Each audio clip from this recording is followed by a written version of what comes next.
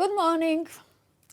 Unfortunately, we could not meet this year face-to-face, so I was invited to show a very quick glimpse on what I intend to present and hopefully will next year. The power behind the PowerPoint. What I'd like to share with you today is first clarify what we mean by the term computer science and why is it important to introduce the scientific discipline with both its facets, theoretical and applied, into the school system. On the one hand, the young ones mainly handle or use technologies very naturally. Sometimes we have to force them to read a printed book. But on the other hand, they do not always know what is the scientific discipline underlying the digital technologies. While it is common knowledge that we live in a digital world and that digital literature should be introduced to all K-12 students, it is still not obvious that every student should be exposed to computer science as characterized by its own concepts, method, and body of knowledge. Computer science, the basis of digital technologies, which are not just another technology. All other technologies invented by mankind stretch the physical abilities. Digital technologies and its scientific basis radically change the way we think, understand, or organize the world. That is why the ACM Europe Council, Informatics Europe, and the Council of European Professional Informatics Societies, CIPIS, have launched an initiative whose main purpose is to give due recognition to informatics as an essential foundational discipline for education in the 21st century. It is not just recognition. It is still not clear to students, their parents, school principals, and policymakers what computer science is. Is it information technology? Is it just coding, programming, algorithmic thinking, computational thinking? The confusion is enormous. I will try to shed some light on it in the short time that I have. The British Royal Society in 2012 tries to clarify the various terms. Computing is the broad area.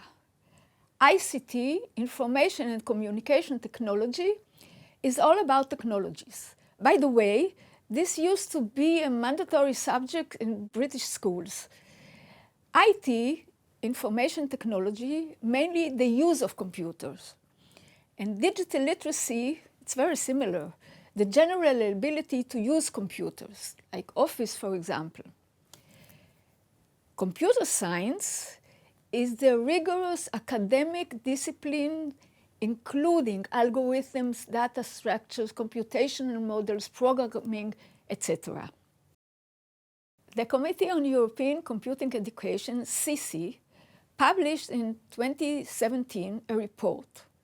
CC collected data from European countries to bring forward a detailed picture of the state of the art of basic education in computer science or informatics, as it's called in Europe, digital literacy, and teacher training in Europe.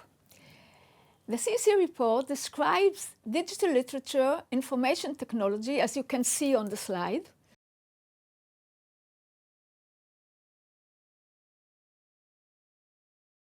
They described computer science as the science behind information technology. This is the power behind the PowerPoint. Many distinguished researchers suggested description for the discipline of computer science. The one I like most is David Harel's one. David Harel is a well-known Israeli scientist and researcher. He described computer science in his book Algorithmics, the Spirit of Computing. He described it as three complexities: solving problems, designing systems, understanding human behavior. The first is the more mathematical or theoretical facet of the discipline. We look for solutions to algorithmic problems, or we try to prove there is no solution. Designing systems or behavioral aspects include building software systems, programming, of course, while the third one has to do more with artificial intelligence, very popular today. What I like to emphasize is that computer science is a distinct science characterized by its own concepts, methods, body of knowledge, and open issues or problems. And as physics, biology, and chemistry are introduced into school, same goes to computer science. Indeed, in Israel, more than 20 years ago, we designed a high school curriculum, and currently we also have a middle school and elementary school curriculum. When we designed the curriculum at the beginning of the 19th, previous century, we followed principles that still stand today. I will mention a few of them. Computer science is a full-fledged discipline, same as physics, biology, and chemistry. The program or curriculum should concentrate on key concepts and foundation, independent of the existing technology or programming language. New course material is essential. It is not just downgrade of university material. It means teaching the material differently.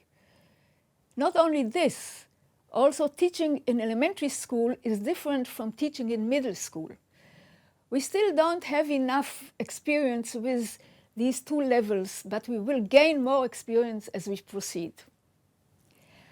One more and important principle is the zipper principle. Conceptual and experimental issues should be interwoven throughout the program. The theoretical and more practical phases of the discipline should be interwoven like a zipper. Programming and computational models, for example. Last, but definitely not least, the teachers. I know that teachers are the cornerstone of the success of the implementation of any curriculum. I believe in teachers. This is the cover of a small booklet I bought many years ago. And this is what I believe in. If anything is going to happen in education, teachers have to make it happen. Indeed, in one of our principles in the curriculum, we said, teachers certified to teach computer science must have an adequate formal computer science education as well as pedagogical knowledge. In my country, computer science teachers have to possess an undergraduate degree, go through teacher certification study program, and get a license from the Ministry of Education. I believe there are 4 elements that make it. That is, that make the success of introducing any curriculum into the school system. In our case, computer science curriculum or syllabus, computer science teachers preparation program, a mandatory teaching license, computer education research, and more research. Without research, we cannot get anywhere.